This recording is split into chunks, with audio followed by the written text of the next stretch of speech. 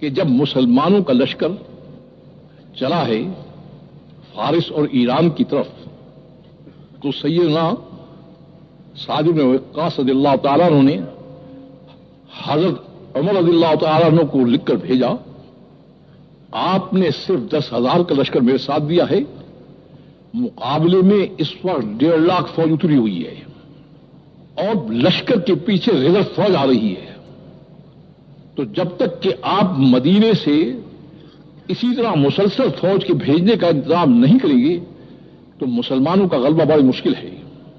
سیدنا عمر رضی اللہ تعالیٰ نے جواب میں کیا لکھا؟ لا تنظر الی المدینۃ ثانیا، دوبارہ مدد کے لیے مدینے کی طرف مت دیکھنا، انی جعلت ناصرک معک، جو مدد کرنے والا ہے وہ میں نے ساتھ کر رکھا ہے، البتہ اس مدد کے کھینچنے کا طریقہ میں لکھتا ہوں جو رسول اللہ صلی اللہ علیہ وسلم نے بتایا ہے، یاد دہانی کراتا ہوں تمہیں، استحضار ہو جائے اس کا۔ وہ یہ ہے کہ اپنے 10,000 میں سے 10 آدمی جو جا کر کسریٰ کے دربار میں دعوت اللہ دے سکیں، 10 آدمیوں کو انتخاب کرو۔ اور یہ 10 آدمی گئے۔ اب اس نے چاہا کہ ایک بات بدل بدل کر کہیں، لیکن وہ سارے ایک ہی بات کہہ رہے تھی۔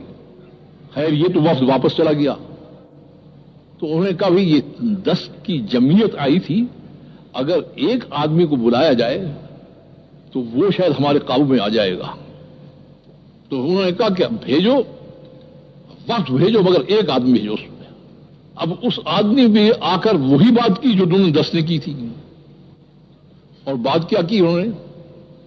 یہ سوائے کہہ رہا ہوں کہ دعوت دیتے ہوئے ہم بھی ان کی دعوت کے الفاظ کا خیال رکھیں۔ دعوت انہوں نے کیا دی؟ جو پہلے تھے انہوں نے بھی یہ دعوت دی، انہوں نے بھی یہی دعوت کیا دی؟ یہ نہیں کہ ہم تمہاری گردن اڑانے کو آ گئے، ہم یوں آ گئے، فلانا ہو گیا ہے، ٹھیکا ہو گیا ہے۔ جو انہوں نے دعوت دی وہ کیا؟ ہم ایک ماں باپ کی اولاد ہیں، ہمارا ایک مالک اور خالق ہے، پوری کائنات اس کی ہے، اس کے ہاتھ میں ہے۔ اللہ نے ہم بھی بگڑے ہوئے تھے، اللہ نے ہم میں اپنے ایک بندے کو بھیجا، اس نے ہمیں یہ بات بتائی کہ اپنی زندگی کو صحیح کرنے کے لیے تم ایک اللہ سے تعلق قائم کرو اور اس کی جتنے اس کے احکام ہیں ان کو مانو، اس پر چلو۔ تو ہم اس لیے آپ لوگوں سے درخواست کرنے آئے ہیں کہ کسی طرح سے آپ بھی اگر اس کو کریں تو جو ہمارے ساتھ اللہ کا معاملہ ہے وہ تمہارے ساتھ بھی ہو جائے گا۔ تو اس نے کیا کہا؟ اس نے اس پر کہا یہ چیز مشورے سے متعلق ہے تو ہم مشورہ کر لیتے ہیں، ہمیں کچھ تھوڑی سی مہلت دو۔ مشورہ کیا، اس نے اپنے تمام ارکان حکومت کو جمع کیا، عدلیہ کو، انتظامیہ کو، سیاستدانوں کو، ان سب کو جمع کیا۔ انہوں نے کہا تم نے ان لوگوں کی بات کا انداز دیکھا ہے؟ بادشاہ کہہ رہا ہے ان لوگوں کی بات کا انداز دیکھا ہے؟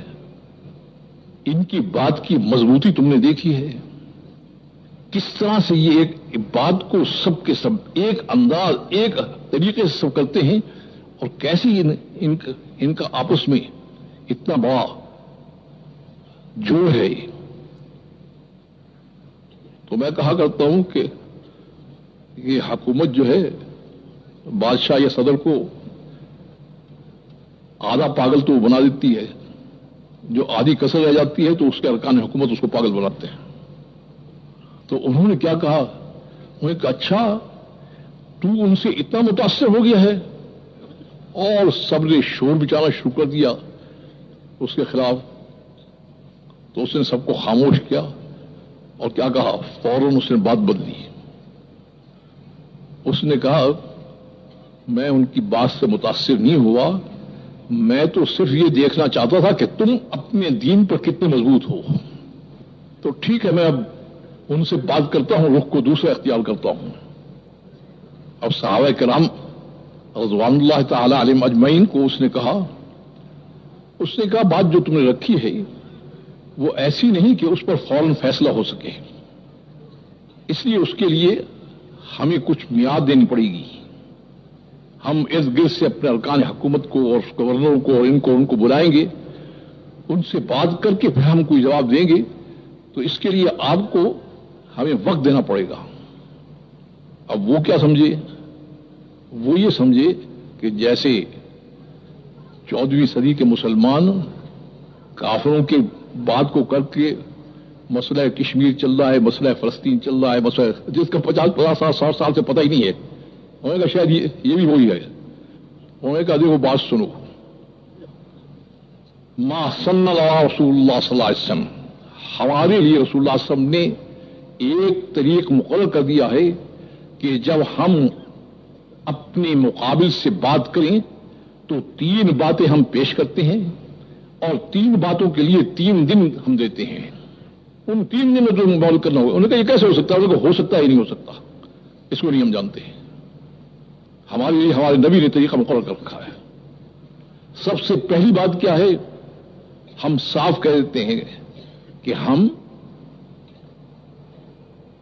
چاہتے یہ ہیں کہ تم اللہ کے دین کو قبول کر لو اور اس مبارک دین میں آ کر ہر قسم کی عافیت اور اطمینان کو حاصل کر لو. اگر یہ بات تمہیں فوری سمجھ میں نہیں آ رہی تو پھر ہم اور تم دونوں مل کر رہتے ہیں، مگر اپنا پورا نظام ہمارے تابع کرنا پڑے گا. ہم تمہاری حفاظت کا وعدہ کرتے ہیں کہ جیسے اپنے اولاد اور بچوں کی حفاظت کرتے ہیں، اس طرح سے تمہارے سارے علاقے کی ہم حفاظت کریں گے. اس میں تم سوچ لو، اس پر تمہیں ایک معمولی سا جزیہ دینا پڑے گا، ٹیکس دینا پڑے گا. اور اگر تمہیں یہ بھی قبول نہیں ہے تو پھر آخری مرحلہ یہ ہے کہ اگر تم ہمیں کام نہیں کرنے دو گے تو پھر ہمیں بھی مقابلے میں آنا پڑے گا. اور صاف ہم کہہ دیتے ہیں کہ ہمارے سے مقابلہ نہیں ہے، جس کی دعوت کا تم انکار کرو مقابلہ اس سے کرنا پڑے گا. تو اس نے کہا کہ کل میں رستم کو بھیجوں گا اپنے سالار اعظم کو، بڑی فوج دے کر وہ سب کو تمہیں قادسیہ کی خندق میں دفن کر دے گا. تو صحابہ کرام کا چونکہ اوپر سے معاملہ طے ہوا تھا تو انہوں نے کیا کہا؟ انہوں نے کہا یہ معاملہ طے ہے، دفن تمہیں ہونا ہے، ہمیں نہیں ہونا. بات صاف ہے. لوگ میری بات سے گھبراتے تو ہیں لیکن جو میں بات عرض کر رہا ہوں اس پر غور بھی کریں.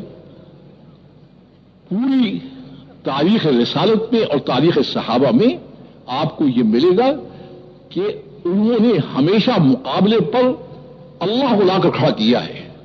چاہے بدر کا میدان ہو، چاہے احد کا میدان ہو، چاہے خندق کا میدان ہو، چاہے حنین کا میدان ہو، چاہے یرموک کا میدان ہو، چاہے قادسیہ کا. ہماری مصیبت یہ ہے کہ ہم کہتے ہیں کہ ہم یوں کر لیں گے، اللہ کہتے ہیں جو کرو. اور وہ میں نے عرض کیا ہے کہ وہ مقابلے پر کبھی نہیں آتا، وہ صرف ایک جگہ آتا ہے مقابلے پر. اس کے مبعوث نمائندوں پر ہاتھ بڑھایا نہیں اور مقابلے میں آیا نہیں. چاہے فرعون ہو، چاہے نمرود ہو، چاہے قوم عاد ہو، چاہے قوم نوح ہو، چاہے قوم سمود ہو، صرف ایک جگہ آپ دیکھیں گے وہ ہاتھ وہاں ڈالتا ہے آ کر. بس یہ اس کا متعین ہے راستہ. جب بھی ہاتھ ڈالا اس نے وہیں ڈالا ہے. پکی مسلمان حکومت مال کھاتی رہی، اس کو کوئی ضمانت نہیں ہے. ہو سکتا ہے فتح ہو جائے شکست ہو جائے. 100% دین پر چلنے والے مال کھاتے ہیں، کہیں وعدہ نہیں کیا اس نے، کسی جگہ نہیں آپ دکھا سکتے. 100% دین پر چلنے والے تاجر ہوں، زراعت پیشہ ہوں، کسی سے وعدہ نہیں. وعدہ صرف ایک طبقے سے کیا ہے اور وہ ہے اپنے نمائندے، اور اس میں وجہ بتا دی ہے. ان پر ہاتھ ڈالنا ایسا ہے کہ اس نے مجھ پر ہاتھ ڈالا پھر کیسے بچے گا؟ اس لیے حضور اکرم صلی اللہ علیہ وسلم باقاعدہ ہدایت دے کر گئے، ایسے نہیں چلے گئے کہ تمہارے دل میں انسانیت پر رحم ہو، ان کی ہدایت کی طلب ہو. پوری محنت کرو اس بات پر کرو کہ وہ صحیح راستے پر آ جائیں، اور تم مقابلہ نہ کرو. وہ مقابلے پر آئے تو مار کھائیں گے، وہ نہیں بچ سکتے پھر.